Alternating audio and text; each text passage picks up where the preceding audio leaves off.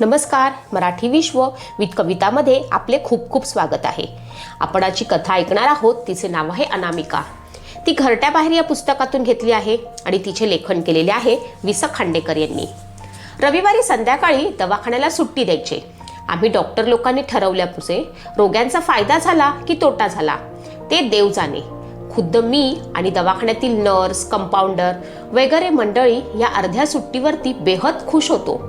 ते केविलवाने चेहरे, तो औषधांचा उग्र दर्प, तो थर्मामीटरमध्ये नेहमी चढणारा ताप, स्टेटोस्कोपमधून येणारे ते धोक्याचे आवाज, ड्रेसिंग रूममधले ते कणणे आणि आठवड्यातून 6.5 दिवस या वातावरणात काढणाऱ्या मनुष्याला अर्धा दिवस मित्रमंडळींच्या सहवासात गप्पा, नाहीतर पत्ते झोडपण्यात किंवा आराम खुर्चीत बसून निवांत बसून सिगारेट ओढण्याचा केवढा आनंद वाटतो याची इतरांना कदाचित कल्पनाही येणार नाही.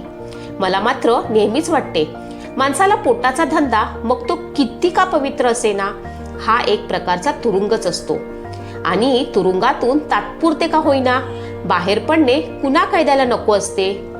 मात्र या अर्ध्या दिवसाच्या सुट्टीविरुद्ध सर्व डॉक्टरांच्या घरात एक एक व्यक्ती होती. ती व्यक्ती म्हणजे प्रत्येकाची पत्नी. रविवारी संध्याकाळी डॉक्टर मंडळी घरी राहायला लागल्यापासून त्या दिवशी प्रत्येकाचे घर म्हणजे एक छोटा क्लबच होऊन जाईल. एरवी 2 ते 4च्या दरम्यान चहाचे 4-5 जादा पेले ताप लागतात. पण रविवारी संध्याकाळी मात्र आमच्या घरचीच गोष्ट सांगतो, 2-3 वेळा मिळून 60-70 पेले तरी चहा होऊन जातात. माझी पत्नी वारंवार म्हणू लागली, रविवारी संध्याकाळी आपल्याकडे कब्बशा एकसारख्या वाजत असतात. रस्त्यानं जाणाऱ्या येणाऱ्याला वाटायचं डॉक्टरी चालत नाही म्हणून हॉटेल बिटेल उघडले की काय यांनी हल्ली. तिच्या या टोमण्याच्या आड स्त्रीची संसार दक्षता मूर्तिमंत उभी होती हे मला दिसे. त्यामुळे मी तिचे असले बोलणे नेहमीच हशावारी नेई. पण विरुद्ध पक्षाने अहिंसेचे व्रत स्वीकारले म्हणून हिटलर सारखी माणसे थोडीच गप्प बसणार आहेत.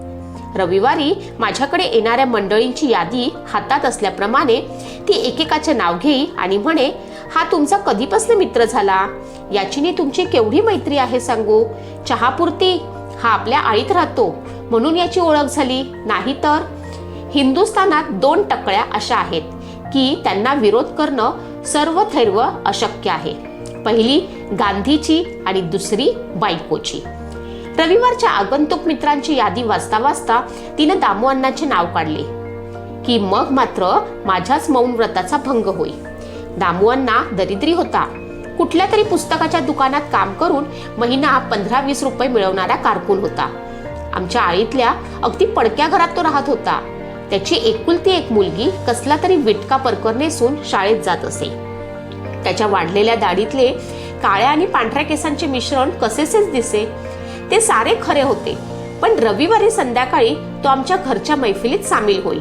तो चहा प्यायचा, पत्ते खेळायचा किंवा डॉक्टरांशी आपली दोस्ती आहे हे दाखवायला नव्हे, तर रविवारची सर्व वर्तमानपत्रे वाचायला, इलस्ट्रेट वीकली, चित्रा, नवयुग, धर्मधारी या वर्तमानपत्रे जवळ घेऊन तो माडीवरल्या कोपऱ्यात वाचायला बसायचा की मला देवळातल्या कोपऱ्यात पोथी वाचत बसलेल्या संन्यासाची आठवण होई.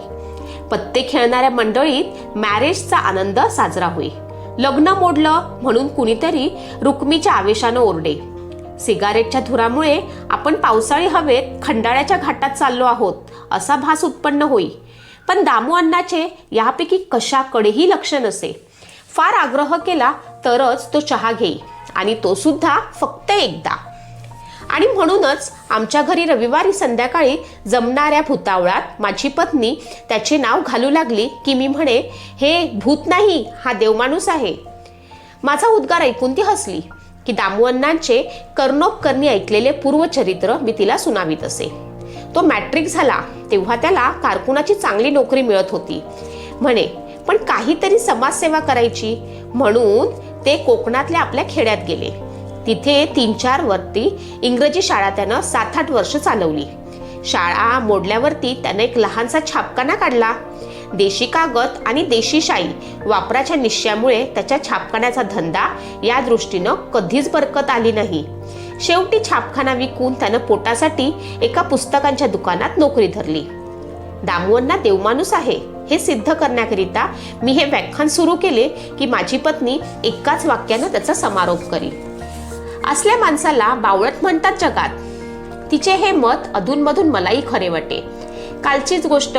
आमचा रविवार मंडळाने दामुअण्णावरती चारू बाजूंनी कुचेष्टाचा हल्ला चढवला आणि दामुअण्णा त्या हल्ल्याला तोंड देऊ लागला.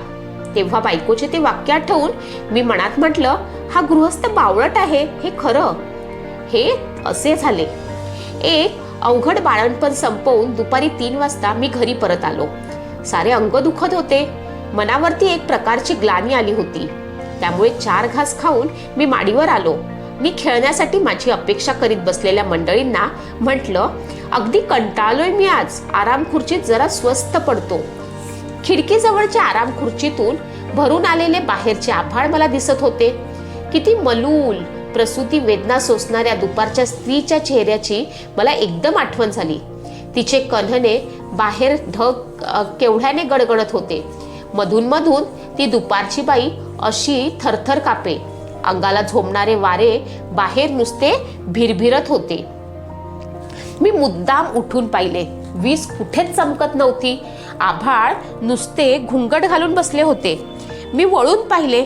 मला खेळावेसे वाटत नसल्यामुळे आमचे मंडळही बाहेरच्या आभाळाप्रमाणे उदास झाले होते. मी आत मान वळवताच सर्वजण ओरडले, डॉक्टर ते काही नाही, फक्त एकच गडी हवाय आम्हाला.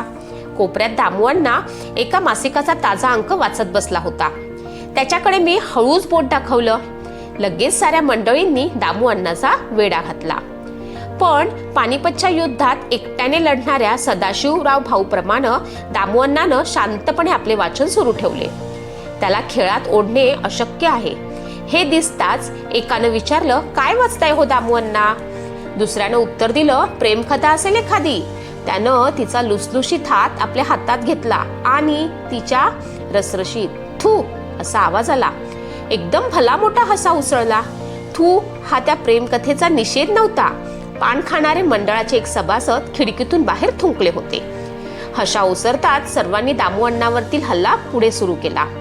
कसलं वाचन चाललंय एवढं दामुअण्णा?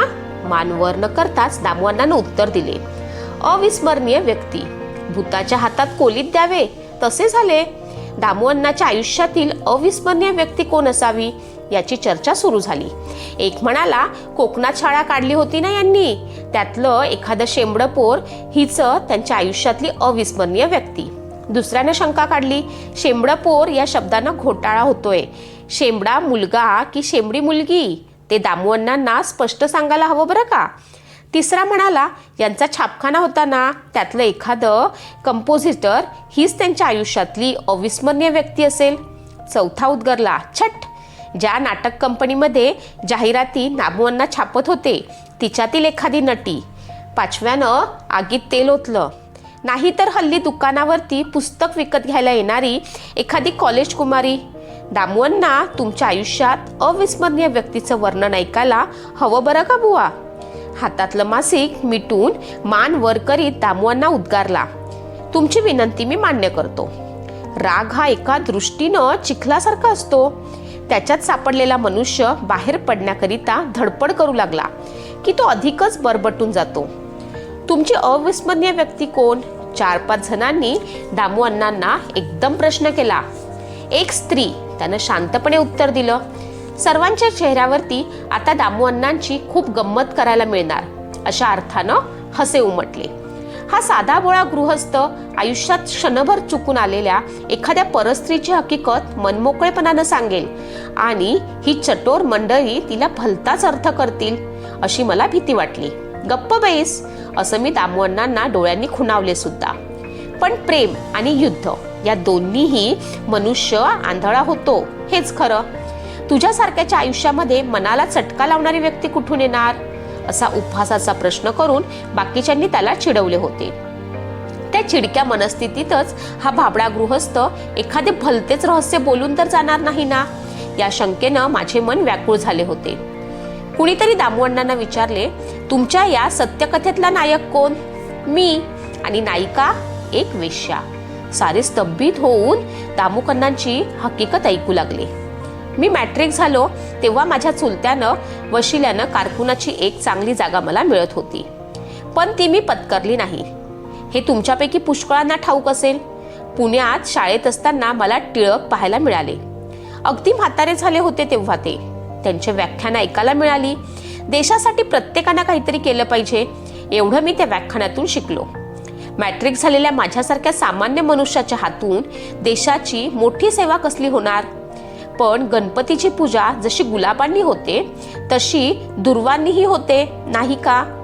खूप वाचून मनुष्य थोडाफार लेखक होत असला पाहिजे असा विचार यावेळी माझ्या मनात आल्या वाचून राहिला नाही. कोकणातल्या एका खेड्यात माझं वडिलोपार्जित घर होतं. 2 पिढ्यात तिथं कुणी राहिलं नव्हतं. मी मनात म्हटलं, वाडवडिलांच्या जन्मभूमीत एखादी 3-4 इयत्तांची इंग्रजी शाळा आपण काढावी, तर तिथल्या गोरगरिबांना शिक्षण मिळेल आणि आपल्या घरातही दिवा लागेल. खेड्यात माणसांना विशेष असं काय लागतं, 2 वेळचं जेवण आणि अंगभर वस्त्र. ऐकणारी मंडळी चुळबुळ करू लागली. दामू अण्णाच्या गोष्टीत वेश्या केव्हा प्रवेश करते असे त्यांना झाले होते. पण आपले श्रोते अस्वस्थ झाले आहेत याची दामू अण्णांना जाणीवच नव्हती. खेड्यात शाळा काढणं हे संन्याशाचं लग्न करण्या इतकं कठीण आहे. पण पहिल्या उत्साहाच्या भरात मी पडेल ते काम आनंदानं करत होतो. मी डोक्यावरनं बाकं नेली, शाळा सारवली, झाडली. मदतीला घेतलेल्या मास्तरांनी नाखुश राहू नये म्हणून 2-2 महिने स्वतःला पगार घेतला नाही. मग ही शाळा मोडली कशी. खेड्यातल्या भानगडी तुम्हा शहरातल्या लोकांना कळायच्या नाहीत. तिथल्या जमीनदाराच्या मुलीला मी फुकट शिकवायचं नाकारलं. सावकाराला शाळेत अध्यक्ष केलं नाही. शिमग्याच्या रोमटात भाग घेऊ नये म्हणून मुलांची मनं वळवली. एक गावगुंड जत्रेत जुगार घेऊन खेळत पैसे मिळवी, त्याची पोलिसांना वर्दी झाली. माझी शाळा मोडायला या सर्व सज्जनांनी हातभार लावला. अच्छा, ते जाऊ दे हो, एक अधीर श्रोता मध्येच म्हणाला. गोष्ट निम्मी होत आली पण तुमच्या नायिकेचा पत्ताच नाही अजून. दामू अण्णा हसला आणि पुढे बोलू लागला. 7 वर्ष झाल्यावरती शाळा अगदी डबघाईला आली. त्याचवेळी माझं लग्न ठरलं. जवळ तर फुटकी कवडी सुद्धा शिल्लक नव्हती. नाही म्हटलं तरी बायकोच्या अंगावर 2 दागिने घालावे लागतात. कापडं चोपडं, आपतेष्टांच्या जाण्या येण्याचा खर्च, कमीत कमी 400-500 रुपयाची गरज होती मला. नाईलाजानं सावकाराच्या दारात गेलो. भलतंच व्याज सांगितलं त्यानं. जरूर पडली तर जमिनीचा तुकडा विकून रक्कम परत करता येईल असं मनात म्हणत मी जे व्याज कबूल केलं त्यासाठी लग्नासाठी 4 दिवसांनी मी निघणार होतो. निघण्याच्या आदल्या रात्री रक्कम द्यायचं सावकारानं कबूल केलं. दामू अण्णा क्षणभर स्तब्ध बसला. अनेक वर्षापूर्वीचे पुसट होऊन गेलेले ते चित्र त्याच्या डोळ्यासमोर स्पष्ट उभे राहिले असावे.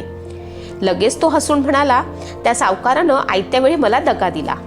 हा तर्क तुम्ही केला असेलच. मी मोठ्या पेचात पडलो. 7-8 वर्षात त्या खेड्याबाहेर मी पाऊल टाकलं नव्हतं. त्यामुळे एकदम एवढी रक्कम कुठून आणि कुणाकडनं उभी करायची हा प्रश्न पडला मला. आई बहुतेक मामाच्याकडे राहत असे, पण ते फार गरीब होते. पैशाची तयारी आहे म्हणून मी आईला पत्र पाठवून सुद्धा चुकलो होतो. तिनं दागिने करायला दिले असतील, कापड बिपड विकत घेतलं असेल. आता मी हात हलवीत गेलो तर. त्यावेळी जीव द्यायचा विचार क्षणभर माझ्या मनात येऊन गेला. ती आठवण झाली की अजून हसू येतं बरं का मला. शेवटी खूप विचार करून मी माझ्या भावी सासऱ्यांना एक तार लिहिली. टायफॉइडनं आजारी आहे, लग्न लांबणीवर टाका. ही तार करायला स्वतः पोस्टात जावं तर मास्तर विचारतील, टायफॉइड झालेला मनुष्य तार करायला पोस्टात येतो वाटतं, आणि तोही चालत. काय करावं मी विचारात पडलो. इतक्यात 3ऱ्या इयत्तेत बाळकृष्ण शिरोडकर भाजी आणायला जात असलेला दिसला. एका भाविनीचा मुलगा होता तो. त्याचा थोरला भाऊ हा माझ्या शाळेत अगदी पहिला विद्यार्थी. मॅट्रिक होऊन मुंबईला नोकरीला सुद्धा लागला होता तो. मी बाळकृष्णाच्या हातामध्ये तार आणि पैसे दिले. तो दृष्टीआड होताच दार लावून विचार करीत मी अंथरुणावर पडलो.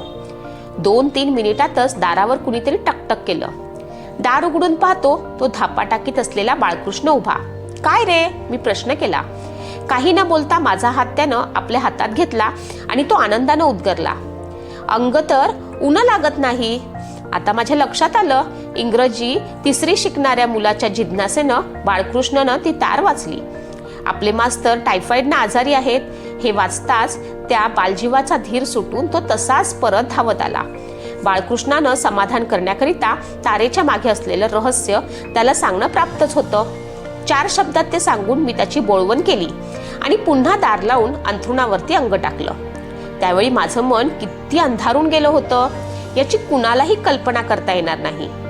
या कुग्रामात शाळात काढून आयुष्यामध्ये 7-8 वर्ष आपण फुक्कट घालवली असं मला वाटू लागलं.